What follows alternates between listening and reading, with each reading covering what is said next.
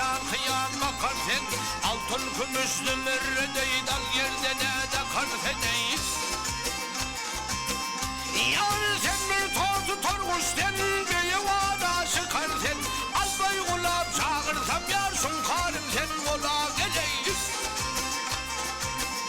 Ah gönlüm mürtedelendi yarı gülüm düşende.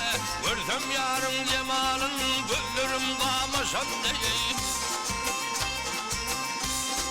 Gönüller bağı girir, bülbüller sayraşanda. Ben bulsam garip aşık eyten şahat edem bola gelir.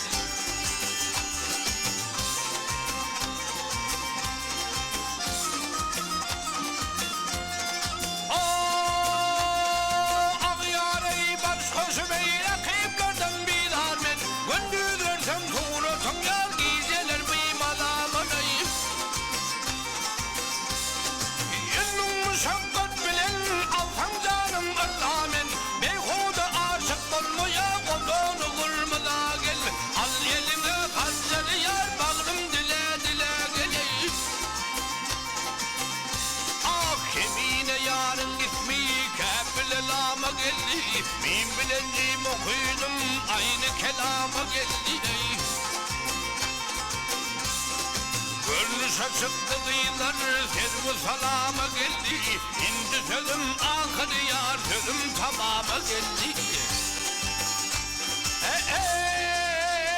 Vi yarın bakın yalar bana doğut kalam.